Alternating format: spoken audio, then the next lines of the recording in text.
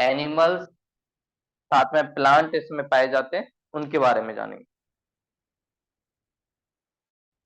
तो aquatic ecosystem, इसमें water के अंदर लाइफ, और जिसमें दोनों चीज फ्लोरा और फौना, प्लांट और साथ में जंतु, इन दोनों के बारे में हम पढ़ेंगे। और इस इकोसिस्टम में खास बात, ये बहुत सारे फैक्टर्स जैसे टेम्परेचर, साथ में सैलिनिटी, नमक कितना है, सॉल्ट, और इसके अलावा लाइट, इसके बेस पे ये कहीं ना कहीं डिसाइड होता है। और इस वाटर इकोसिस्टम के बहुत सारे टाइप, कुछ वाटर क्लीन होगा, कुछ वाटर जो सॉल्टी होगा, और कुछ वाटर जो क्लीन और सॉल्ट के बिल्कुल बीच में मिलेगा। उसी के बेस पे हम इसे थोड़ा सा और कई सब पार्ट में डिवाइड करते हैं। पहला हम पढ़ेंगे clean water ecosystem. Clean water ecosystem में कुछ वाटर ऐसा होता है जो एक ही प्लेस पे स्टेबल होता है। अगर प्लेस फिक्स हो वाटर का, तो उसे हम लोग कहते हैं लैंटिक, लैंटिक वाटर। जैसे फॉर एग्जांपल कोई लेक है, कोई पॉन्ड है, तालाब है, ये सब लैंटिक वाटर का एग्जाम्पल है, जो एक ही जगह स्टेबल रहते हैं। और दूसरा होता है फ्लो वाटर, जो बहता रहता है और एक ही जगह स्टेबल नहीं होता, तो इसे हम कहते हैं लोटिक। जैसे एग्जाम्पल रिवर,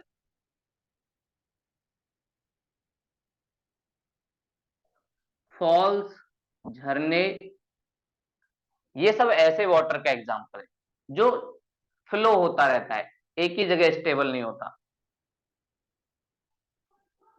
तो एक वाटर जो फ्लो होता रहता है, और दूसरा वाटर जो स्टेबल होता है, जो स्टेबल होता है उसे कहते हैं लैंटिक, या आप कह सकते हो समझने के लिए लैंड पर।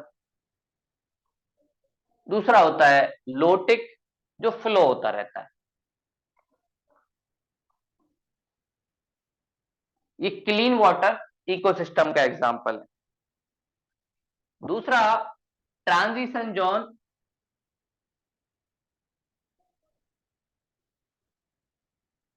ट्रांजिशन वाटर, जहां पर हमें क्लीन प्लस सॉल्टी वाटर दोनों एक साथ मिलते हैं। क्लीन प्लस सॉल्ट या सी वाला जो वाटर है वो भी हमें मिलेगा। और ये जैसे रिवर जहां पर गिरती है, उसी एरिया में बनता है एस्चुरीज।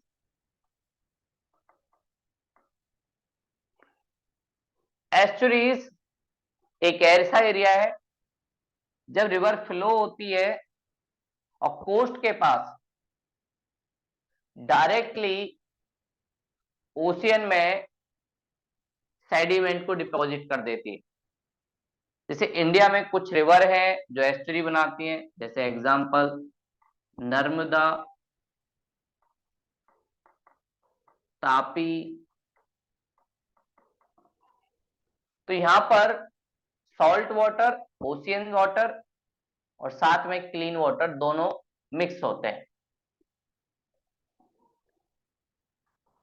इसके अलावा वेटलैंड, वेटलैंड भी आपको दिखती है, ये भी इसी का एग्जाम्पल होती है। साथ में मैंग्रोव,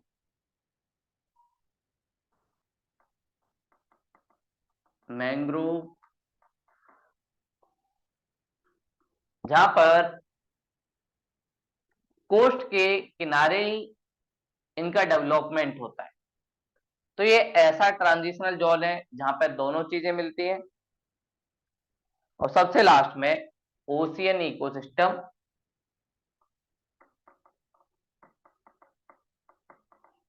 जो थोड़ा सा सॉल्टी होता है, ऐसे कह सकते हैं सॉल्टी इकोसिस्टम, ये हमें दिखाई देता है। ओशियन के भी कई पार्ट होते हैं। एक होता है ओपन सी, ऊपर वाला पार्ट, जो किसी भी लैंड से क्लोज नहीं होता।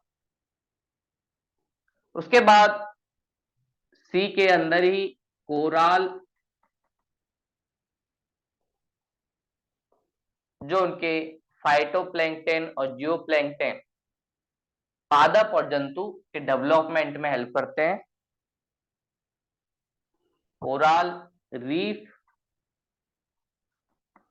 एक बैरियर सा वो बनाते हैं, उसी को कहते हैं कोराल रीफ।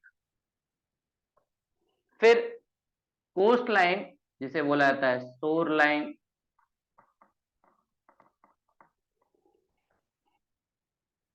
इसके अलावा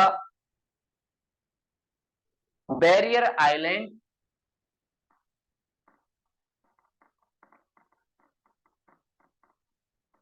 ये सब ओशियन वाटर के अंदर आता है।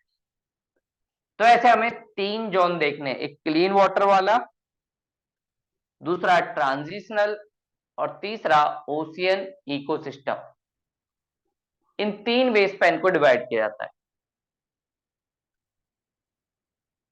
और इन तीन के बारे में ही हमें जानना होता है कि कैसे इस इकोसिस्टम का डेवलपमेंट हुआ, क्या क्या सबके इंपॉर्टेंट चीजें, क्या क्या उनके ड्रॉबैक।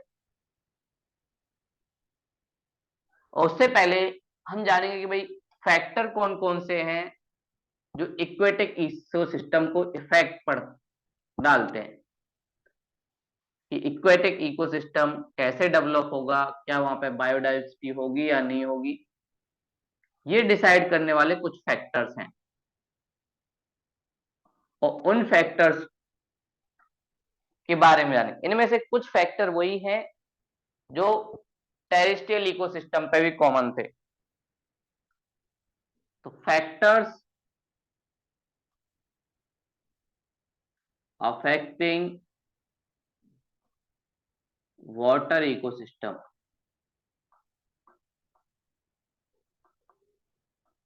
तो इसमें कुछ फैक्टर्स कॉमन वाले।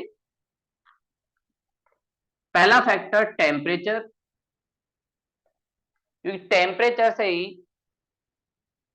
सबको फूड बनाने के लिए जो लाइट चाहिए वो मिलती है। टेम्परेचर। और वाटर इकोसिस्टम की एक सबसे मेन बात, यहाँ के जो प्लांट है और एनिमल भी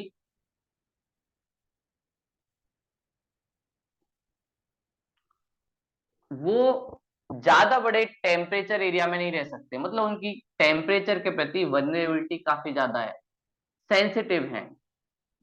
अगर 1 डिग्री सेल्सियस भी टेम्परेचर इंक्रीज हुआ वाटर का, तो बहुत सारे एनिमल की डेथ हो जाएगी। तो इनका जो रेंज है टेम्परेचर सहन करने का, वो रेंज काफी कम है। इसलिए क्लाइमेट चेंज जो हो रहा है, ग्लोबल वार्मिंग हो रही है, उसका सबसे ज्यादा इफेक्ट वाटर इकोसिस्टम पर है, इक्वेटिक पर। और उसका रीजन ये टेम्परेचर का रेंज काफी नैरो रखते हैं। इसलिए बोला जाता है कि ग्लोबल वार्मिंग अगर होगी तो उससे कोरल रीफ, साथ में जो उनके जू प्लैंकटन है, उन सब की डेथ हो जाएगी। और इस टेम्परेचर को डिसाइड करने वाला फैक्टर जो है, जो हमें सबसे ज्यादा टेम्परेचर देता है, वो है सनलाइट, सन की लाइट। और सन की लाइट जो किसी भी वाटर में जाती है,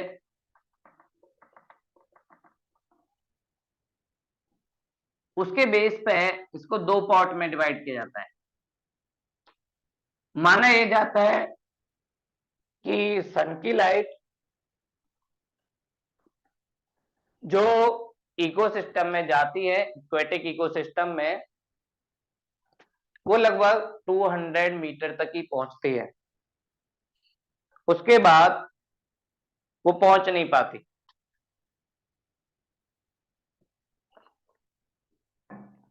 तो 200 मीटर तक सन की लाइट पहुंचती है, और 200 मीटर के बाद सन की लाइट नहीं पहुंचती। उसी के बेस पे उसको डिवाइड किया जाता है, 200 मीटर और उससे नीचे वाला पार्ट। जहां तक सन की लाइट पहुंचती है, उस वाले जोन को हम कहते हैं फोटिक जोन। फोटिक मतलब होता है लाइट,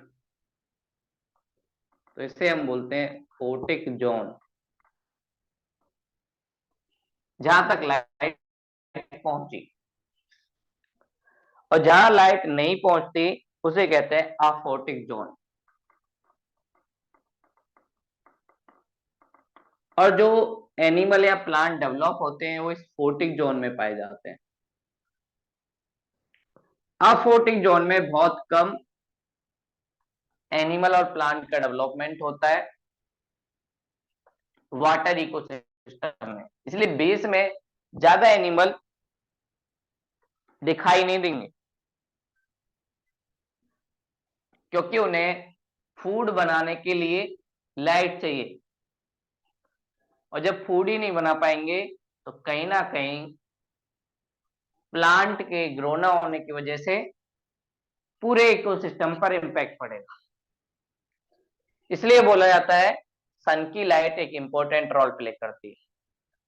इसलिए ओपन सी में और 200 मीटर तक लाइफ काफी अच्छी डेवलप होती है ओशियन में, और उसके बाद एंड हो जाता है। अगला जो फैक्टर है वो है सैलिनिटी। जैसे ह्यूमन बीइंग ज्यादा सैलिनिटी वाले वाटर में नहीं रह सकता या उसको पी नहीं सकता,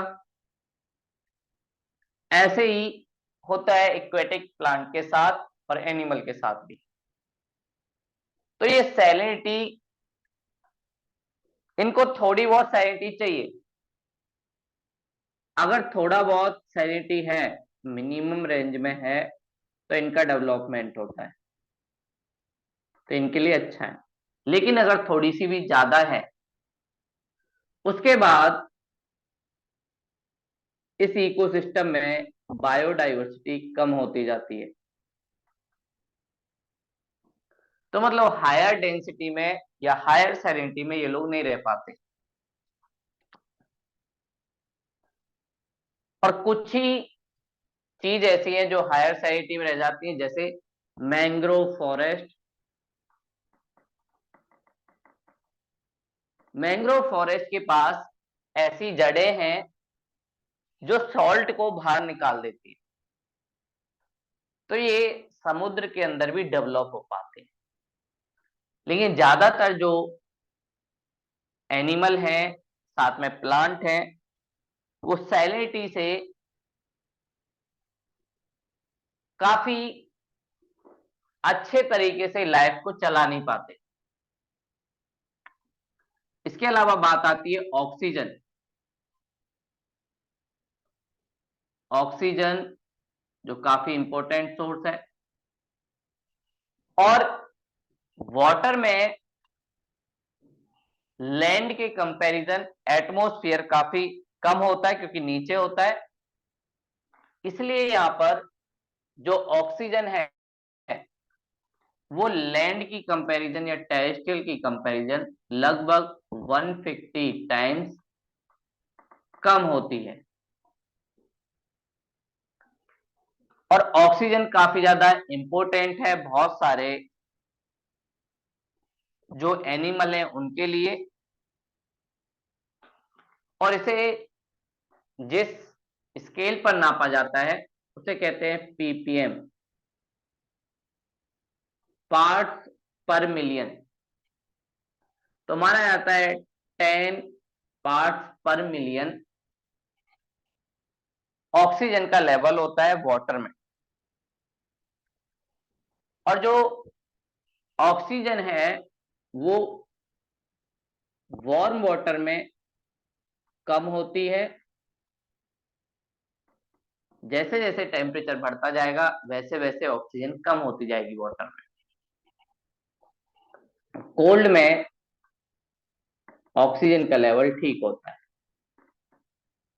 तो वहां के एनिमल्स के लिए, और कई बार ऐसा होता है ऑक्सीजन जब कम हो जाती है तो सारे जो एनिमल हैं उनकी एक साथ डेथ हो जाती है।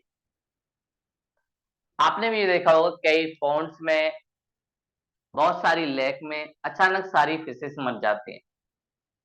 उसका रीजन होता है ऑक्सीजन। ऑक्सीजन अगर अवेलेबल नहीं होगा तो फिशेस की डेथ होना, क्योंकि उन्हें उसके लिए सांस लेने के लिए जो वाटर का यूज करती है वो उनको नहीं आएगा। और सबसे लास्ट न्यूट्रिशन। कौन कौन के न्यूट्रिएंट चाहिए, तो यहां पर इनको एक बैलेंस न्यूट्रिएंट चाहिए। अगर नॉर्मल न्यूट्रिएंट होते हैं तो काफी ज्यादा अच्छे से डेवलपमेंट होता है इक्वेटिक इकोसिस्टम में। लेकिन कई बार ह्यूमन मेड एक्टिविटी की वजह से जो हम लोग फर्टिलाइजर यूज करते हैं, यूरिया, डीएपी, वो कई बार खेत से इस वाटर बॉडीज में चले जाते हैं। और जैसे ये न्यूट्रिएंट बढ़ते हैं उसके बाद प्लांट को ग्रो होने का मौका मिलता है और प्लांट तेजी के साथ ग्रो होते हैं। और फिर ये क्या करते हैं, ऊपर वाले सरफेस पे पूरा एकदम एरिया घेर लेते हैं। इस वजह से क्या होता है, जो नीचे लाइफ है एक्वेटिक इकोसिस्टम की, उसको ऑक्सीजन मिलना बंद हो जाती है। और इससे जो वाटर बॉडीज है उसकी लाइफ साइकिल पे बहुत ज्यादा इम्पैक्ट पड़ता है, जिसे हम कहते हैं यूट्रोफिकेशन। यूट्रोफिकेशन का मतलब जब वाटर बॉडी में ज्यादा न्यूट्रिएंट हो जाए तो अचानक प्लांट की जो ग्रोथ है वो बढ़ जाती है, वो पूरे वाटर बॉडीज में ऊपर की ओर दिखने लग जाते हैं। इससे लॉस ये होता है कि कहीं ना कहीं जो इकोसिस्टम था नीचे वाला उस सब का एंड हो जाता है, और उसका रीजन ऑक्सीजन की अवेलेबिलिटी कम होना। क्योंकि ऑक्सीजन जो मिलती है या तो एयर से मिलती है या जो ये प्लांट है इनसे मिलती है, और सारे रिसोर्स का ये यूज कर जाते हैं। तो इसलिए ज्यादा न्यूट्रिएंट होना भी खतरनाक होता है वाटर बॉडीज के लिए।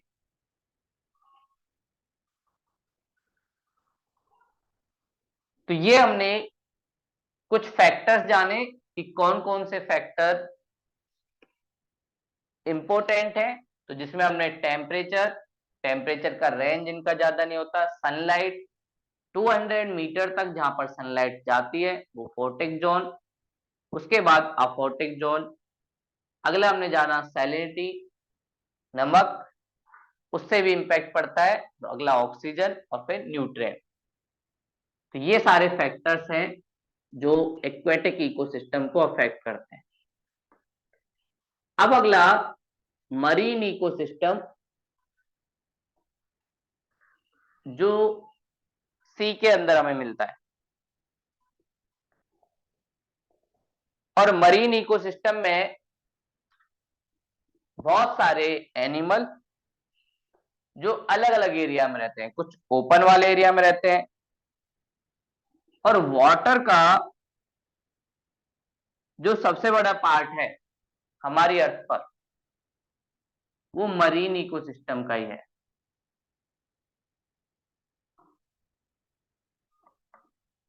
सी के रूप में ही है। लगभग 70%, 71% पार्ट पर सीज ही हमें दिखाई देते हैं। और इसके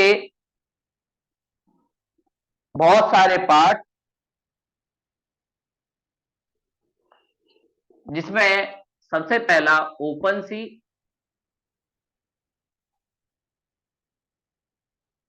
ये मान लेते हैं हम सी है।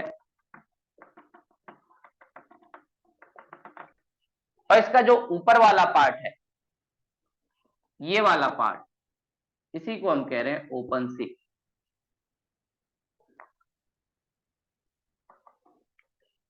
इस वाले पार्ट में ज्यादातर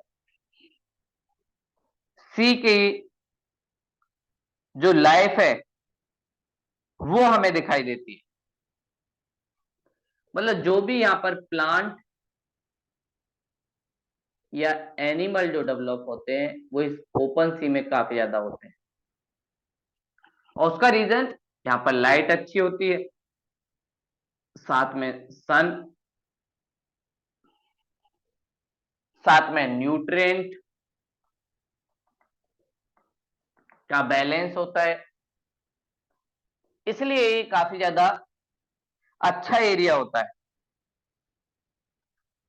और सी में जैसे हम प्लांट लैंड पर कहते हैं, ऐसे ही इनका जो ऊपर वाला एरिया है उसे कहते हैं प्लैंकटन। और प्लैंकटन में बहुत सारे प्लांट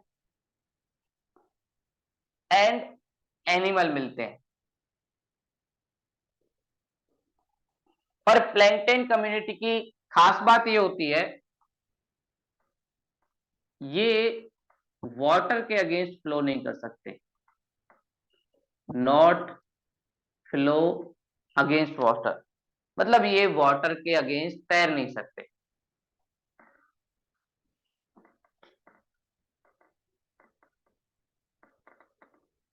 अगेंस्ट वाटर उसके साथ ही रहते हैं। इनके अंदर इतनी ताकत नहीं है कि उसके अगेंस्ट भी ये लोग चल सके। और ये ओपन सी के ऊपर वाले पार्ट में पाए जाते हैं। और जो यहाँ के प्लांट हैं उनको हम कहते हैं फाइटोप्लैंक्टन।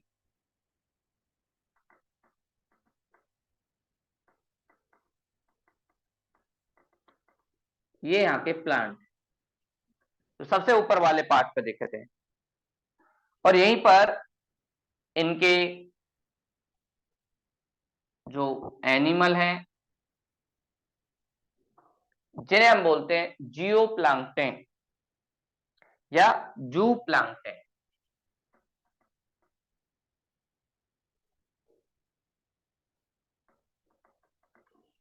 ये सी के अंदर एनिमल होते हैं। फाइटोप्लैंक्टन ऐसे ही होते हैं जैसे लैंड पर हमें दिखते हैं, जैसे ये अपना फूड खुद बनाते हैं, ये ऑटोट्रॉप्स हैं, किसी और पर डिपेंड नहीं होते अपने फूड के लिए, खुद फूड बनाते हैं। और इन्हीं से कहीं ना कहीं डेवलपमेंट होता है मरीन इकोसिस्टम का। और ये ऑक्सीजन के डेवलपमेंट में एक इंपॉर्टेंट रोल प्लाते हैं। अगर फाइटोप्लैंक्टन किसी मरीन इकोसिस्टम में अच्छा डेवलप है तो उससे पूरे इकोसिस्टम पर एक पॉजिटिव इंपैक्ट पड़ता है, और ये उसी एरिया में डेवलप होते हैं जहां पर लाइट होती है। लाइट नहीं, इसका मतलब मरीन इकोसिस्टम में लगभग 200 मीटर तक ही इनका डेवलपमेंट मिलेगा, क्योंकि हमने देखा था फाइटो और अफाइटो, उसी एरिया में इनका डेवलपमेंट होता है। और इसके कुछ एग्जाम्पल जैसे साइनोबैक्टीरिया, साइनोबैक्टीरिया,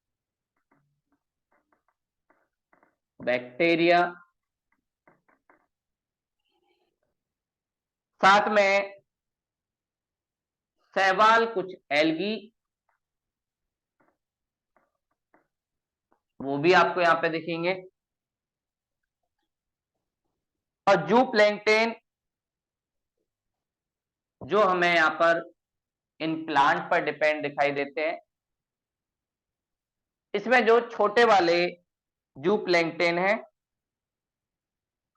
जो बहुत सारे प्लांट पर डिपेंड है, जिसमें कॉप, पोड,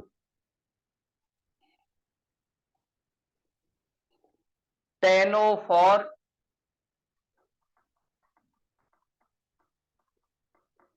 ये सब आपको दिखेंगे जू प्लैंकटन।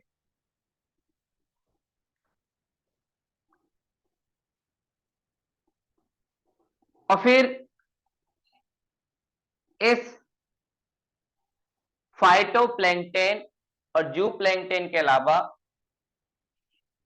एक और कम्युनिटी जो नेक्टोन, थोड़ी सी बड़ी होती है, और नेक्टोन वाले जो फ्लो होता है वाटर का उसके अगेंस्ट भी तैर सकते हैं, और इनका जो आकार होता है थोड़ा सा बड़ा भी होता है, बिगर साइज में होते हैं। जैसे शार्क के बारे में हम जानते हैं, सेल्स इनका डेवलप होता है। तो nekton community can flow against water,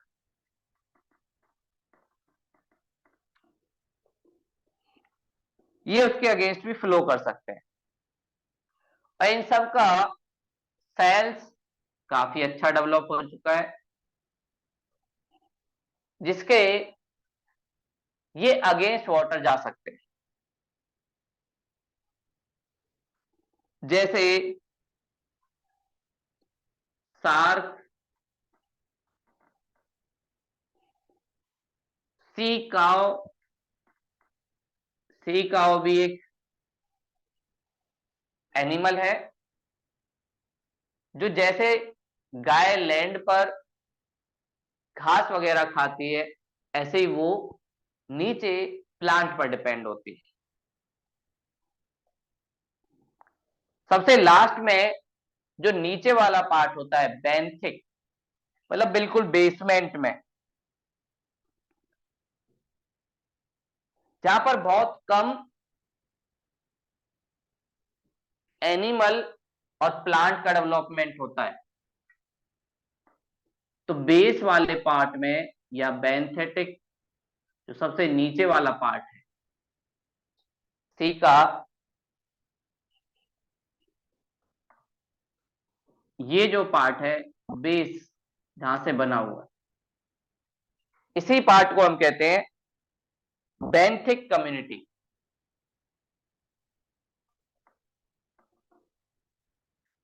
benthic community का डेवलपमेंट इसमें होता है।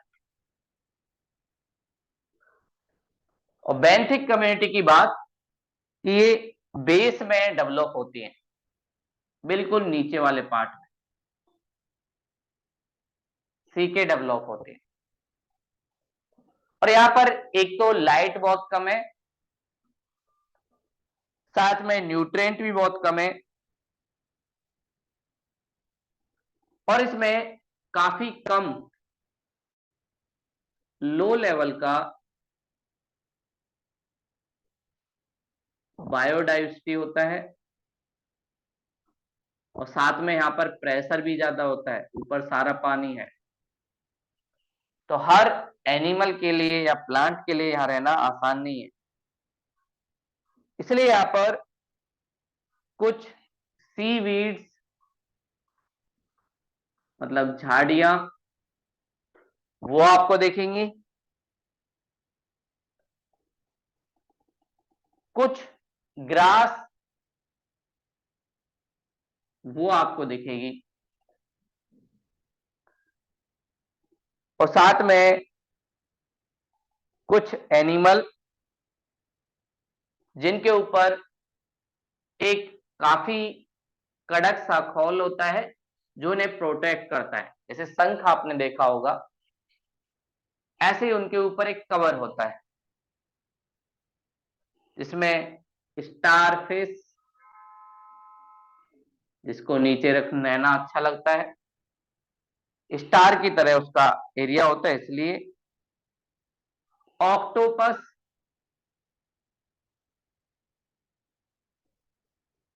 इसके बहुत सारे हैंड होते हैं, ये सारे इसी में रहते हैं।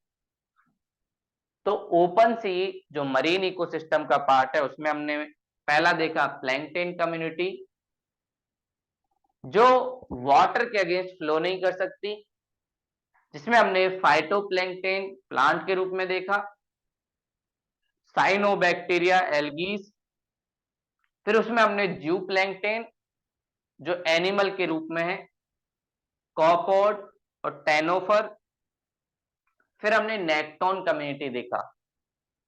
नेक्टन कम्युनिटी वो है जो वाटर के अगेंस्ट फ्लो कर सकती है। और इसमें आते हैं शार्क, सीका, और सबसे लास्ट में हमने देखा बेंथिक कम्युनिटी जो बेस में रहती है। और यहाँ पर बहुत कम एनिमल और प्लांट डेवलप हो जाते हैं। प्लांट की बात करें तो सीवीड्स है, ग्रास है, एनिमल में स्टारफिश, ऑक्टोपस, ये सब डेवलप हो पाते हैं। तो ये मरीन इकोसिस्टम का जो डिवीजन है वो हमने देखा कि कैसे ओपन सी से लेकर नीचे तक ये सारी चीजें डेवलप होती है। अगला जो थोड़ा सा और अंदर हम जाते हैं तो बैरियर आइलैंड इकोसिस्टम, लैंड से थोड़ा सा दूर जो कोस्टल एरिया होता है और ओपन सी के पास में बैरियर आइलैंड का डेवलपमेंट होता है। ये जैसे माउंटेन, माउंटेन के बाद प्लेटू, प्लेटू के बाद प्लेन, और ये कोस्टल एरिया। इस कोस्टल एरिया के थोड़े से इस वाले पार्ट में यहां पर बैरियर आइलैंड, इनका डेवलपमेंट होता ओपन सी में ही है, लेकिन अटैच होता है कोस्ट के साथ। इसका डेवलपमेंट कैसे होता है? जब रिवर माउंटेन से आती है तो अपने साथ कुछ सेडिमेंट भी लेके आते हैं, वो सेडिमेंट डिपॉजिट होते जाते हैं। जब रिवर डेल्टा बनाएगी, साथ में कुछ सेडिमेंट आएंगे, ये सेडिमेंट कुछ स्टोन से लेकर छोटे छोटे से मिट्टी के कण भी हो सकते हैं, वो सब डिपॉजिट हो जाते हैं। और ये बैरियर आइलैंड काफी ज्यादा इंपॉर्टेंट होता है।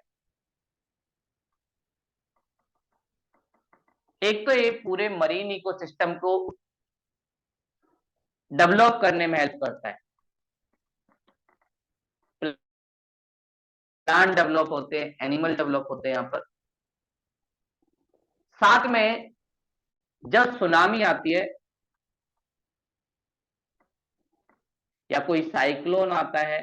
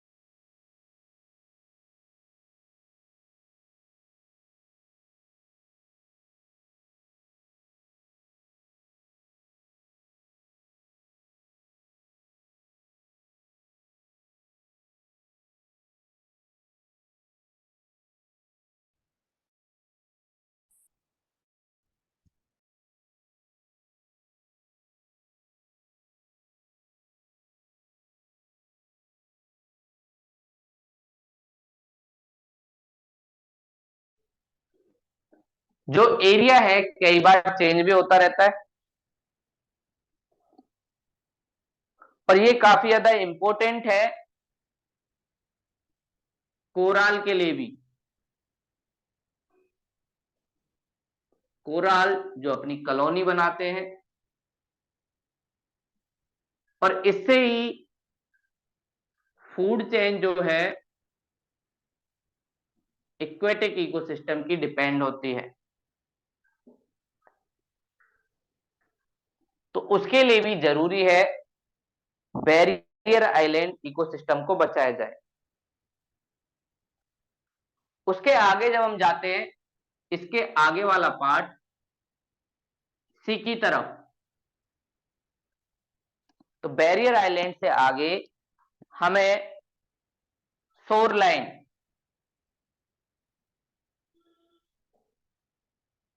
इकोसिस्टम,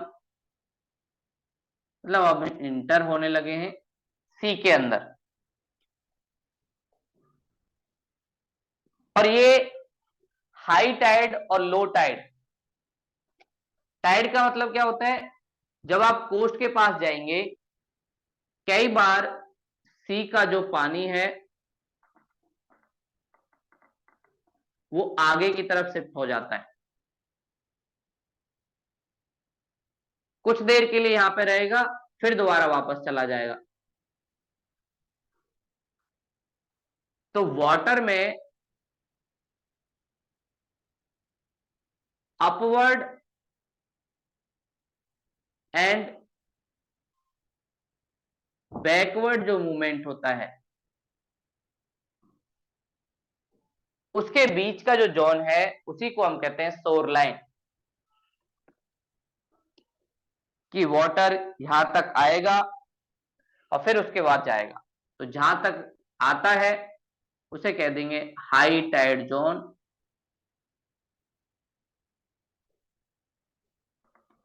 और जहां वापस जाता है लो टाइड जोन। मतलब मैक्सिमम सी का वाटर यहां तक आएगा, जैसे इंडिया में बॉम्बे, चेन्नई या जो कोस्टल एरिया वहां पे आपको ये सारी चीजें देखेंगे। जब वाटर पीछे की तरफ जाता है तो आप उस एरिया पे चल सकते हो, जैसे ही वो पीछे जाएगा फिर थोड़ा सा आगे भी जाएगा। तो हाई टाइड और लो टाइड के बीच का जो जोन होता है उसी को कहते हैं शोर लाइन इकोसिस्टम। और इसमें भी बहुत सारे जो एनिमल है और साथ में प्लांट है उनका डेवलपमेंट होता है। यहां से सॉल्टी वाटर स्टार्ट हो जाता है, इसमें क्लीन वाटर बहुत कम होता है, क्योंकि रिवर जो फ्लो करती है वो कोस्ट तक ही फ्लो करती है। और इसमें कुछ स्पीसीज जैसे ब्रेटल स्टार, ये आपको मिल जाएंगे। साथ में स्टार फिश, वो भी यहां तक जाती है, जो हमने बेंथिक जोन में भी देखी थी।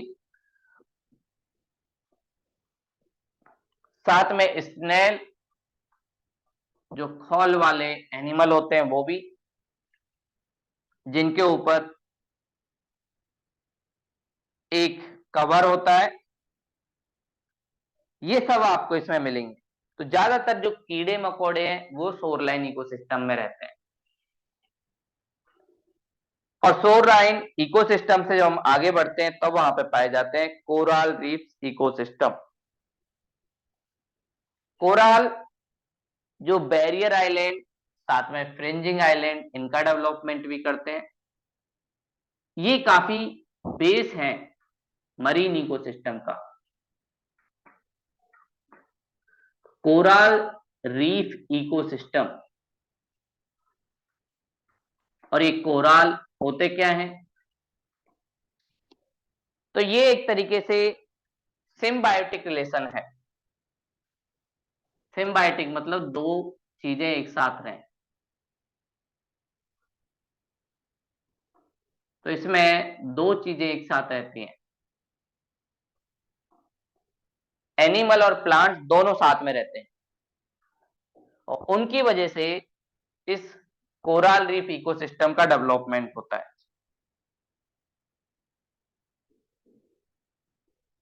तो यहां पर जो एनिमल है,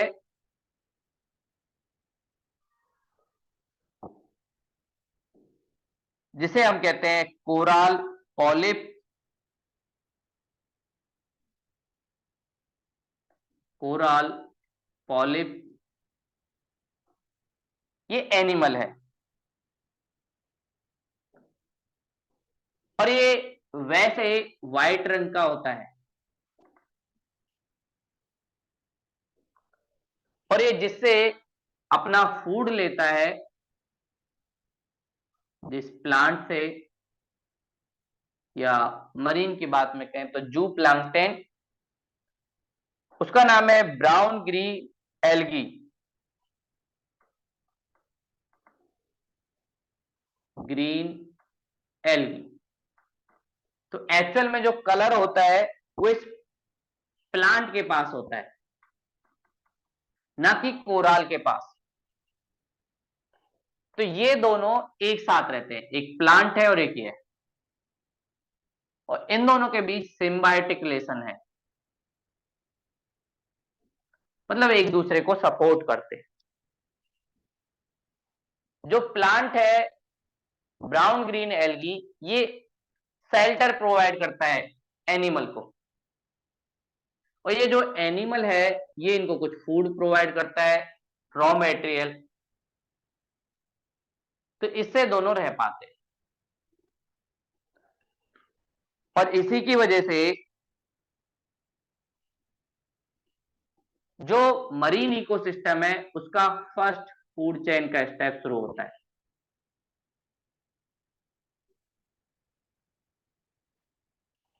यहां से फूड मिलता है स्मॉल फिशेस को, बहुत सारे छोटे मोटे कीड़ों मकोड़ों को। लेकिन कई बार जब ग्लोबल वार्मिंग की वजह से टेम्परेचर इंक्रीज होता है, उसकी वजह से लाइट भी ज्यादा मिलती है, और लाइट ज्यादा मिलने की वजह से जो ब्राउन ग्रीन एल्गी है वो फूड भी ज्यादा बनाता है, और फूड के साथ साथ ऑक्सीजन भी उसकी ज्यादा बढ़ती है। तो ये ऑक्सीजन काफी ज्यादा बढ़ जाती है। तो ये जो एनिमल है कोरल पॉलिप, ये इतनी सारी ऑक्सीजन सहन नहीं कर पाता, और इसका थोड़ा सा दम सा घुटने लगता है, और फिर ये इसको छोड़ देता है, इस प्लांट को, और फिर उसका जो कलर है वो व्हाइट दिखने लग जाता है, और इसी को हम कहते हैं कोरल ब्लीचिंग। कोरल ब्लीचिंग मतलब कोरल से जो उनका कलर था वो हट गया, और कोराल से उनके कलर का हटना अच्छी बात नहीं है, क्योंकि इससे कहीं ना कहीं कोराल की डेथ होने लग जाएगी, क्योंकि उनके पास फूड नहीं है, और फूड नहीं होगा तो धीरे धीरे मरने लग जाएंगे। और इन्हें मरीन रेन फॉरेस्ट, जैसे एवरग्रीन फॉरेस्ट होते हैं प्लांट लैंड पर, ऐसे ये मरीन एवरग्रीन फॉरेस्ट कहलाते हैं, क्योंकि ये उसमें लाइफ को सपोर्ट करते हैं। तो सबसे ज्यादा इंपॉर्टेंट रोल कोराल का होता है मरीन इकोसिस्टम में। लेकिन इनके साथ प्रॉब्लम ये है, बहुत सारी चीजों से इन्हें खतरा है। जैसे इनके लिए टेम्परेचर का जो रेंज है, जो फैक्टर्स हैं जो डिसाइड करते हैं कोराल के डेवलपमेंट को, टेम्परेचर का जो रेंज है वो भी काफी कम है। ये सिर्फ एक लिमिटेड टेम्परेचर में ही पाए जा सकते हैं। तो इनके बारे में बोला जाता है लगभग 20 से 24 डिग्री सेल्सियस। कम हुआ तब भी इनकी डेथ हो जाएगी, ज्यादा हुआ तब भी इनकी डेथ हो जाएगी। कम हुआ तो क्या होगा, जो ग्रीन एल्गी है वो फूड ही नहीं बना पाएंगे, इसलिए डेथ हो जाएगी। ज्यादा हुआ तो फूड ज्यादा बनेगा, ऑक्सीजन ज्यादा बढ़ेगी, उनके लंग्स में जाएगी, तो वो उसको छोड़ देंगे, इस वजह से भी दिक्कत होगी। तो इसलिए 1 डिग्री सेल्सियस चेंज भी मरीन इकोसिस्टम में पूरी फूड चेन को डिस्ट्रॉय कर सकता है। ऐसे ही सैलिनिटी ऑफ वाटर, इन्हें सैलिनिटी चाहिए भी, सेडिमेंट चाहिए अपने फूड बनाने के लिए, लेकिन ज्यादा सेडिमेंट अगर हो जाते हैं, माना जाता है ऑन एन एवरेज 27 से 30 सैलिनिटी का एरिया इनके लिए अच्छा है। लेकिन अगर ज्यादा हुआ तो क्या होता है, ये सेडिमेंट जो एनिमल हम देख रहे थे कोराल पॉलिप, उनके मुंह में डिपॉजिट हो जाते हैं, और माउथ में डिपॉजिट होने की वजह से उनकी डेथ हो जाती है, तो ये मरने लग जाते हैं। इसलिए सैलिनिटी भी इनको ज्यादा नहीं चाहिए। तो इनको एक बैलेंस चाहिए। ऐसे ये क्लीन वाटर में नहीं रह पाते। क्लीन वाटर में प्रॉब्लम क्या है, इनके पास सेडिमेंट नहीं है, तो आपको रिवर के आसपास वहां पे भी ये नहीं देखेंगे, थोड़ा सा ओपन सी में अंदर जाके देखेंगे। साथ में इनके लिए डेप्थ ऑफ वाटर भी ज्यादा नहीं होनी चाहिए। ज्यादा गहरा पानी होगा तो लाइट नहीं जाएगी, और लाइट नहीं जाएगी तो ये फूड ही नहीं बना पाएंगे। और रिसेंटली टाइम में जो क्लाइमेट चेंज हो रहा है, ग्लोबल वार्मिंग हो रही है, इससे सबसे ज्यादा जो इम्पैक्ट किसी पे पड़ा है तो वो है कोराल रीफ पर। इस रीफ पर सबसे ज्यादा इम्पैक्ट हमें दिखाई देता है। और इसके इंपॉर्टेंस की बात करें कि भाई इनका इंपॉर्टेंस क्या है, तो सबसे हमने देखा फूड चेन का बेस बनाता है। साथ में यहां से बहुत सारी मेडिसिन, इसके पहला तो फूड चेन का बेस मरीन इकोसिस्टम में, दूसरा मेडिसिन, कैंसर से रिलेटेड बहुत सारी मेडिसिन का डेवलपमेंट इस कोरल रीफ से हुआ है। साथ में टूरिज्म के लिए भी इंपॉर्टेंट है, टूरिज्म इंडस्ट्री भी इनके द्वारा डेवलप की जाती है, बहुत सारे लोग देखने जाते हैं। जैसे सबसे बड़ा ग्रेट बैरियर रीफ ऑस्ट्रेलिया में, ऑस्ट्रेलिया के ईस्टर्न कोस्ट में, जहां पर बहुत सारे लोग उसे देखने के लिए जाते हैं। तो इंपॉर्टेंस में पहला फूड चेन का बेस बनाता है मरीन इकोसिस्टम में। ये नहीं तो सारी डाइवर्सिटी खत्म। दूसरा, मेडिसिनल,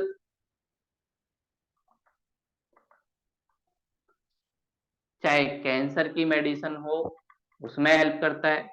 तीसरा, टूरिज्म इंडस्ट्री, बहुत सारी मूवी में आपने देखा होगा बहुत सारे लोग घूमने के लिए जाते हैं नीचे और देखने जाते हैं कि कैसा वहां पर कोराल रीफ है। तीसरा, ये कोस्टल सिक्योरिटी भी करते हैं, सुनामी या फिर कोई साइक्लोन, उसमें भी ये हेल्प करते हैं। तो ये इनके इंपॉर्टेंट वर्क है। फिर इनके कई सारे टाइप हैं, कोरल रीफ के कई टाइप भी आपको दिखेंगे।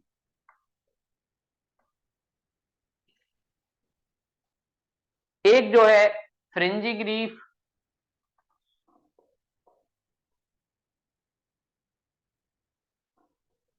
रीफ। दूसरा आपको बैरियर रीफ,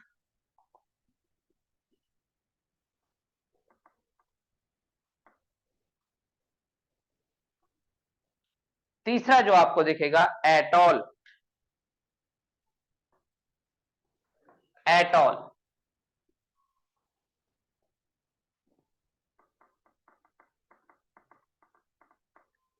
ये तीन टाइप में दिखती है और ये सब शेप पे डिपेंड होता है। फ्रिंजिंग रीफ मतलब कोस्ट के पास में ही जो सबसे पहले डेवलप होता है, ये कोस्ट है और इसके कोस्ट से थोड़ी सी दूर यहां प्लैंकटन ने अपनी कॉलोनी बना ली है। इसी को हम कहते हैं फ्रिंजिंग रीफ, थोड़ा सा फ्रिंज कर दिया। फिर यही फ्रिंजिंग रीफ जब कोस्ट के पास डेवलप होती है तो धीरे धीरे ये अपनी कॉलोनी को बढ़ाती जाती है और एक शेप जिसे हम कहते हैं लैगून, आपने कोस्ट के पास बहुत सारी झील देखी होंगी जो लैगून में पाई जाती, तो लैगून बनने लग जाता है। तो लैगून वाला जो कोरल रीफ है इसी को हम कहते हैं बैरियर रीफ। और एटॉल का मतलब जब पूरे आइलैंड को ही चारों तरफ से ये रीफ घिरने लग जाए तो इसी को हम कहते हैं एटॉल। जैसे इंडिया का लक्षद्वीप एक एटॉल का एग्जाम्पल है, चारों तरफ से उसे कोरल रीफ ने घेरा हुआ है। और इंडिया के अंडमान निकोबार और इंडिया के कोस्ट में बहुत सारे कोराल मिलते हैं। सबसे ज्यादा जो फेमस है वो ऑस्ट्रेलिया की ग्रेट बैरियर रीफ, वो सबसे ज्यादा फेमस है, देखने में काफी सुंदर लगती है, सबसे ज्यादा फेमस है। और सबसे ज्यादा नुकसान भी आज के टाइम उसी को हो रहा है क्योंकि सबसे बड़ी है, इस वजह से दिक्कत भी सबसे ज्यादा होती है। और ग्रेट बैरियर रीफ को बचाने के लिए वर्ल्ड लेवल पर बहुत सारे काम भी होते हैं। और अगर आप फोटो देखोगे तो ऐसा कुछ दिखाई देता है। ये जो आपको दिख रहा है ये ग्रेट बैरियर रीफ है ऑस्ट्रेलिया की, ऑस्ट्रेलिया के ईस्टर्न कोस्ट की तरफ ये आपको देखेगा। तो ये नीचे समुद्र के आपको ऐसे दिखेंगे और जो ये इधर व्हाइट व्हाइट हो रहा है मतलब कोरल ब्लीचिंग हो रही है धीरे धीरे लाइट की वजह से, ग्लोबल वार्मिंग की वजह से। ये एनिमल जो प्लांट थे उनको छोड़ के जा रहे हैं। तो ये हमने मरीन इकोसिस्टम के बारे में जाना। और किस वजह से कोरल रीफ धीरे धीरे खत्म होते जा रहे हैं, और इंडिया में गल्फ ऑफ मन्नार उन सब जगह भी मिलता है, वर्ल्ड में भी काफी फेमस है। तो आज की क्लास यहीं तक थी। अगर कोई डाउट हो तो आप लोग पूछ सकते हो।